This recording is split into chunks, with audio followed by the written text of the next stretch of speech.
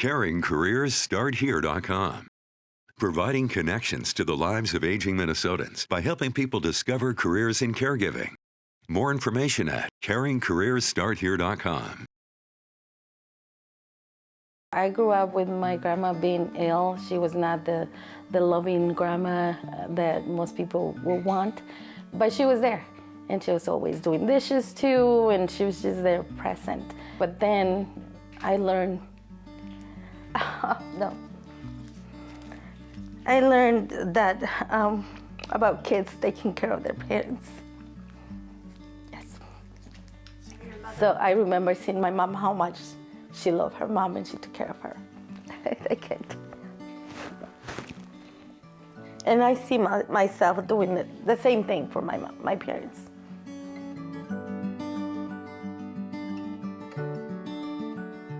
Hi, I'm Melissa Fritz, host of Inside Senior Living. As a senior living consultant during the COVID pandemic and a daughter who lost her father to Alzheimer's dementia, my inspiration for this work comes from a deeply personal place. I've seen firsthand the challenges families face when navigating the complexities of aging. Over the years, I've dedicated myself to equipping older adults and their families with the information and resources they need to make the best decisions, whether that means receiving care in their own home or making a move to a senior living community. And as we all age, this need is only going to grow. That's why we're on a mission to spark conversations, support caregivers, provide valuable resources, and promote a more age-friendly world. Meet Maria, a dedicated daughter and caregiver. As an immigrant to the U.S., she's balancing the demands of her own life while caring for both of her aging parents who are facing serious health issues. Maria's story highlights the unique challenges and sacrifices that come with being a primary caregiver. I have 7 siblings. I've always got someone to play with. I really didn't need it to play with neighbors or anyone else. And so we were always very creative. We grew up with very minimum toys, so we had to use our imagination all the time. I remember pretending that I was a secretary or the doctor because my mom used to take us to get our shots, and remember hearing on the microphone calling Doctora Salgado, and I used to pretend at home that I was Doctora Salado. So it was fun. I've always had a lot of fun just playing with my siblings. I feel that I remember being a happy kid. It was hard to have a close relationship with my parents because my dad was always gone working, and some nights he was away, and my mom pretty much took care of most of us. Well, I grew up with my dad singing at home, practicing all the time, knowing that was my dad's profession. And he used to bring us sometimes to some events where he performed. So we grew up seeing him singing, performing. He was the one singing at my sister's weddings, our family members' weddings. And he was gone most of the time during our birthdays or special holidays because those are the days where he could get more work. But just by having him practicing at home all the time, I kind of got to know pretty much all the songs he used to perform, and that's why I think I love music. Ya cuando yo tenía 25 años fue cuando yo ya cantaba más abiertamente, y en ese tiempo llegó un grupo de mariachi a mi pueblo porque lo contrataron para que tocara en las fiestas patrias del 15 de septiembre. Allí fue donde ellos se dieron cuenta que yo sabía tocar el violín y que sabía tocar la guitarra, y ellos mismos me invitaron a que me integrara yo a su grupo de ellos. Thank you. Gracias. Pues yo haciendo quehacer en en la cocina, lavando trastes, haciendo de comer. Is it okay? Okay, okay, okay. Para que se pueda picar. Oh, good job. That was better. Was that better? Okay, good. Y yo me la paso leyendo y mirando el televisor. A mí me gusta ver mucho el fútbol, porque yo no puedo trabajar en nada. Me da pena confesarlo, pero así es. Legalmente yo no tengo estabilidad, por eso ando cargando esta muletita. Yo me siento triste y me siento mal. Me da pena, porque no puedo ayudar a nadie. No le puedo ayudar a nadie a hacer algún trabajo, porque yo no puedo cargar ni 5 kilos en la mano. Both Adela and Hilario are in their 80s and now living in the U.S. with their daughter Maria and her husband Juan. After growing up and raising 8 children in Mexico, they're finding it more difficult to continue traveling back and forth to the U.S. While some of their children remain in Mexico, others have immigrated to the U.S. With Maria's help, Adela and Hilario are exploring the best living situation for them as they continue to age. My parents, years ago, they had a lot of illnesses or stuff going through because of their health. And part of it was that in Mexico, they were not taking good care of themselves, or there was nobody taking care of them or pushing them to get the care that they needed, or financially they didn't have the capability of doing that.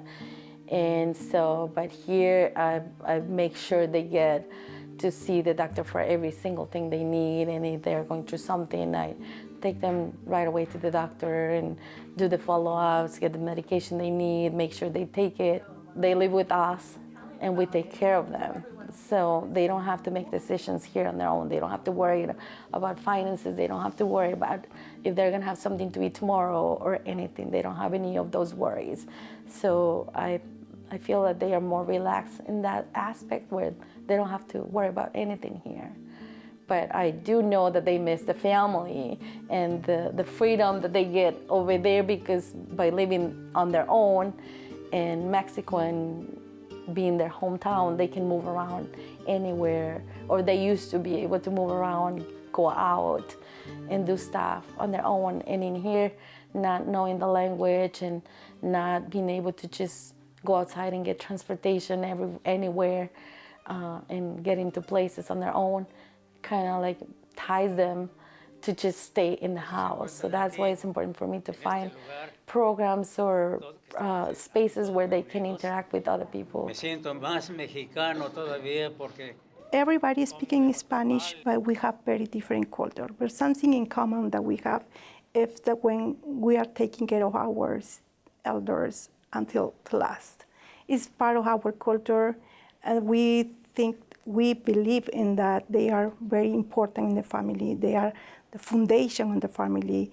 They are the wisdom. They are everybody is around our elders. So you take care of your grandparents or your parents for, it's part of our culture. We don't normally put it in a nursing home. Like so many caregivers, Maria often finds herself worrying about what the future holds for her parents. I hope my parents have a larger future. I'm hoping that they get to live many more years. My dad's memory is really sharp. He's really smart. He loves to talk and socialize. He enjoys singing, but his body is not helping him as much. And he gets stressed out about it, and he complains. And so I'm hoping that eventually, with the surgery that he's hoping he can have, he could move better around. And about my mom, I feel my mom is younger than my dad. She is more active than my dad, and she's so happy just being part of events and being around the family and enjoying life still. So I'm hoping that both they get to live for many more years that are good years for them.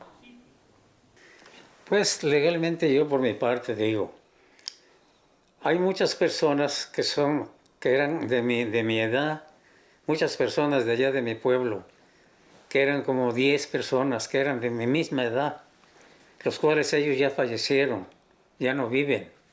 Y yo doy gracias a Dios, que Dios me ha dado licencia de ir recobrando más vida y más vida y más vida. Y conforme los años que van pasando, yo recuerdo cómo eran aquellos tiempos y cómo son a hoy. Porque legalmente cuando yo tenía 30, 40, 50, 60 años, yo me sentía fuerte, bien potente todavía. Pero ya después de los 75 a los 80, ya empezó a disminuir mi fuerza. Y hasta la vez ya no tengo la misma fuerza, pero no se me quitan los ánimos de seguir caminando aquí, aunque sea en el pasillo.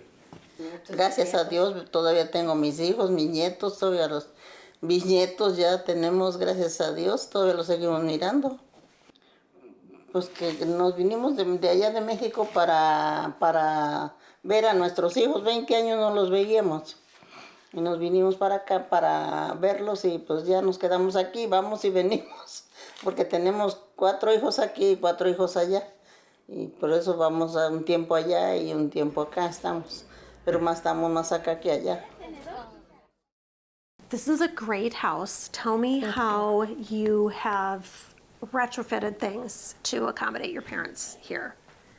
Well, this is a 3-bedroom house. Okay. And kids this, are out. This was perfect for our family with 2 daughters, but they move out. Now we have 2 empty bedrooms upstairs. Perfect. And then my parents move in, but it's so hard for them to go upstairs, so we decided that it was not a good idea for them to stay upstairs, especially because we don't have a bathroom upstairs. Okay. So my husband was able to make this bed for my mom. Okay. And we set it up, this space for my mom to sleep in our dining room. Okay. This is not the perfect setup, but we make it work. We now most likely eat in the kitchen. Okay. And then my husband also adapted the Okay, sun porch. gotcha.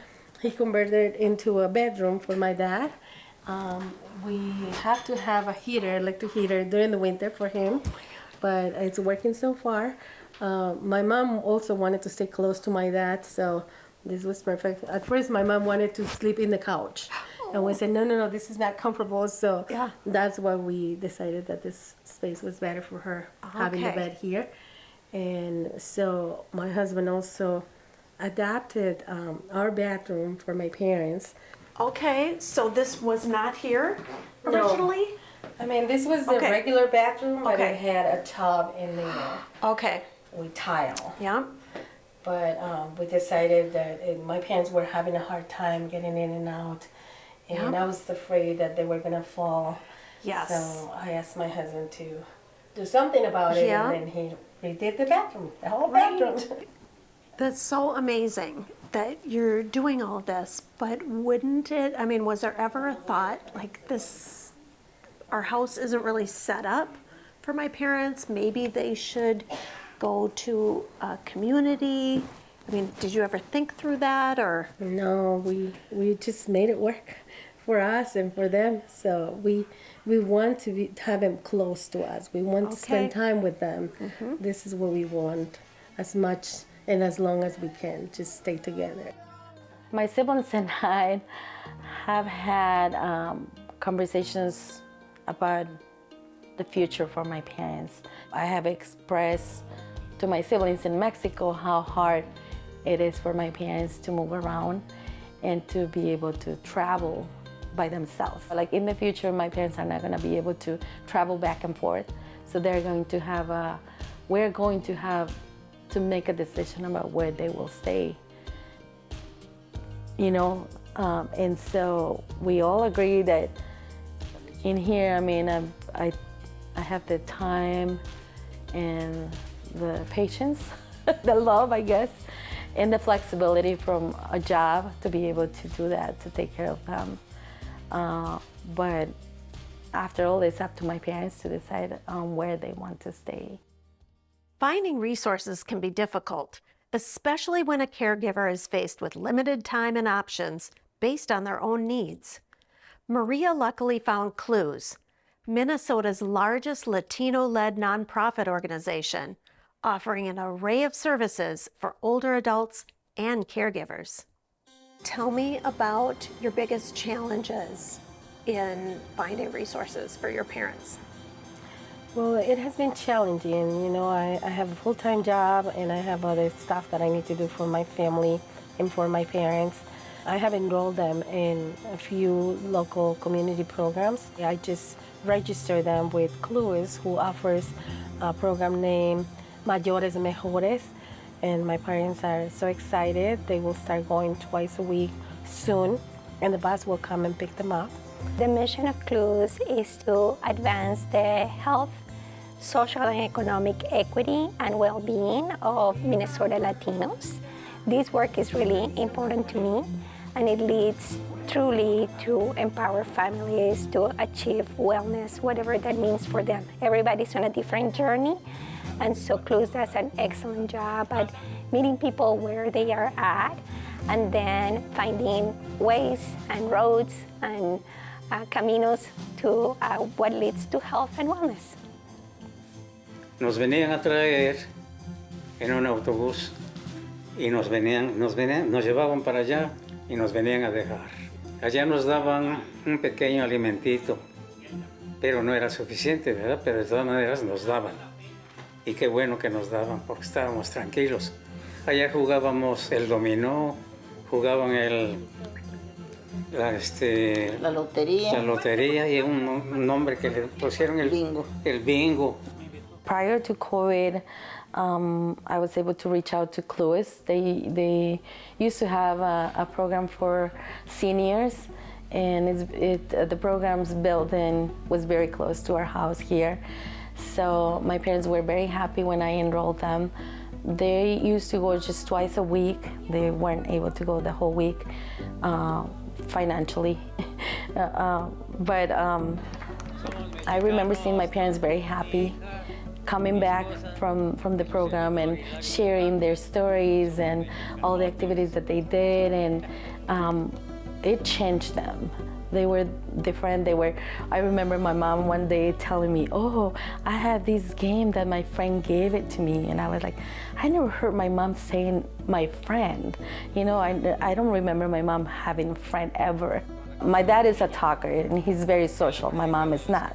So sometimes my mom will be like, "I just want to stay home. I don't want to go." And my dad will be, "Well, if you don't want to go, I want to go." So yeah, my dad was always up for it. While they were going to that program, I was able to take a class too for caregivers, where they taught me about the importance of caregivers to get some care for themselves, some time for themselves, and just get burned out while they are taking care of their loved ones. And that was very important for me too, because I learned that I didn't have to feel guilty about doing stuff or other things for myself too. And since then I started doing other things for myself too, and that have helped me balance how emotionally and physically I feel. We have, in addition, a lot of programming for parents and caregivers, and that is something that is really critical for us, because the caregivers for older adults and for children really need support. It's a hard job to do, and I think in the Latino community we don't consider that a job. It's just like it's a duty, like it's something we just need to do. We do, and that takes a toll.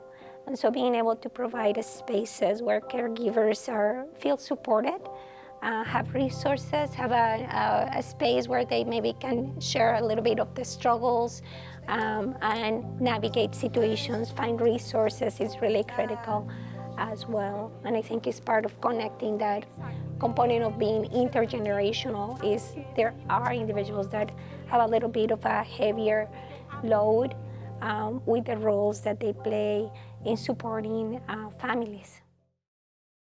Por ejemplo, mi mamá, pues yo la cuidaba, yo la tenía en la casa y yo la cuidaba. Bueno, cuando en ese tiempo, cuando Yo estaba recién unido a ella y ella conmigo.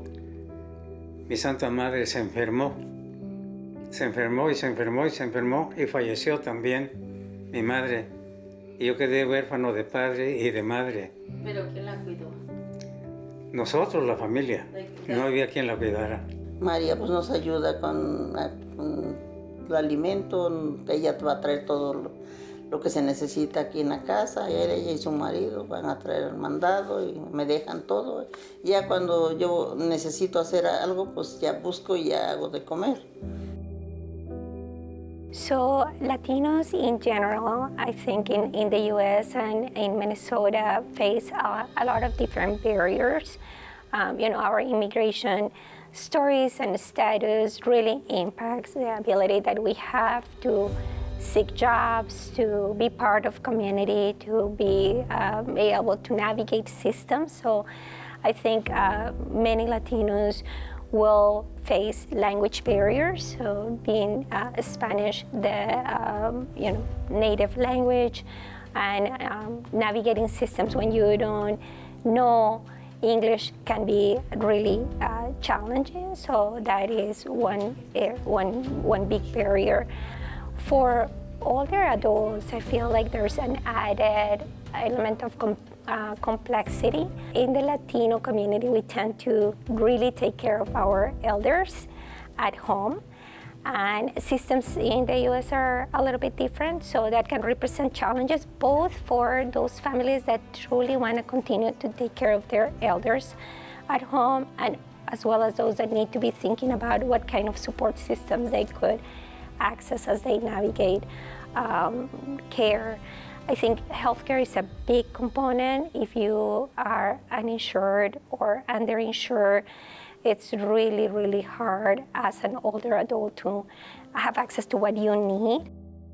Even with the day-to-day challenges that come with caretaking, Maria knows how important it is to take time for herself and lean on her own support system. Right now I'm doing a lot of things that I probably shouldn't be doing and staying home with my parents more, but I'm probably taking advantage of the situation where my parents do not need me as much to be by their side yet. I know that time will come eventually, but right now they don't need me to be here, so they understand and they're okay with it.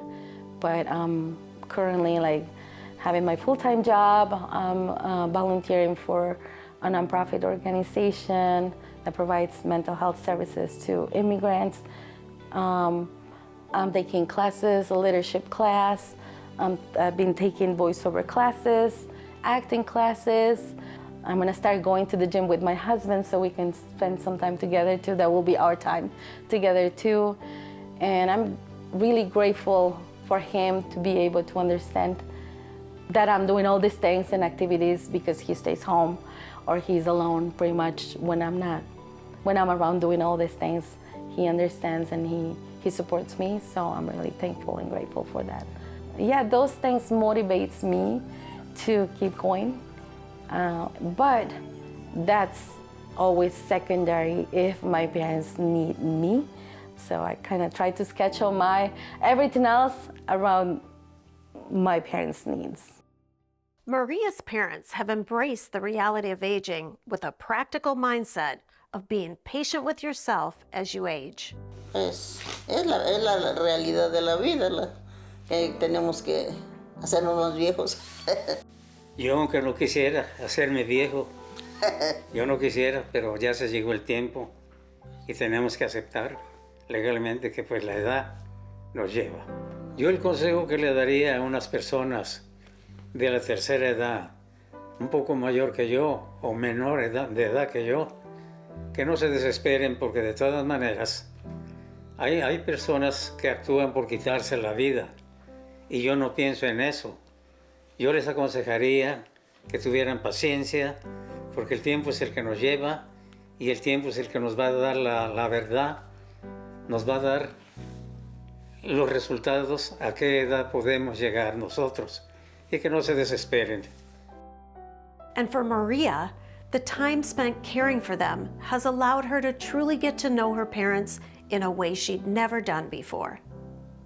My relationship with my parents has changed a lot from where I was a young adult to now, because I feel like now I have the time, we have the time to be able to talk and finally get to know each other and finally discover a lot of things that I didn't know about them or them about me. We're getting closer as time passes. I consider myself lucky having them here because every day I'm discovering new things about myself or about them. With Maria's story, we see the power of family and Maria's unwavering dedication. It reminds us that while the caregiving journey can be daunting, it can also offer priceless time and connection between loved ones. This season, we met 8 families, explored their diverse journeys of aging and choices for senior living. We also witnessed the selfless acts of their caregivers. It's important to embrace this process the best we can and start the conversations as early as possible. We hope to provide the support and resources you need to feel prepared when facing the challenges of aging. Thank you for watching. I'm Melissa Fritz.